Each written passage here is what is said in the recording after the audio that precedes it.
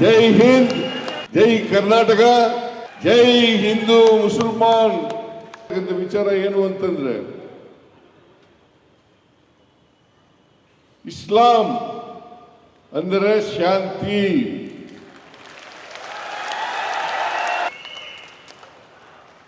ಮೊಹಮ್ಮದ್ ಪ್ರವಾದಿ ಅಂದ್ರೆ ಶಾಂತಿ ದೂತ. ಸಮಾಜದಲ್ಲಿ ಶಾಂತಿಯನ್ನು ಕಾಪಾಡಲಿಕ್ಕೆ, ಮನುಷ್ಯತ್ವವನ್ನು ಬೆಳೆಸಲಿಕ್ಕೆ, ಈ ಬಾಂಧವ್ಯವನ್ನು ಬೆಳೆಸಲಿಕ್ಕೆ, ಪರಸ್ಪರ ಪ್ರೀತಿ, ವಿಶ್ವಾಸ, ಗೌರವ ಇವುಗಳನ್ನು ನೆಲೆಸಲಿಕ್ಕೆ ಪ್ರಯತ್ನ ಮಾಡಿದಂಥವರು ಮೊಹಮ್ಮದ್ ಪ್ರವಾದಿಯವರು ಅಂತಕ್ಕಂಥದ್ದನ್ನು ಇವತ್ತು ಅರ್ಥ ಮಾಡ್ಕೋಬೇಕಾಗುತ್ತೆ.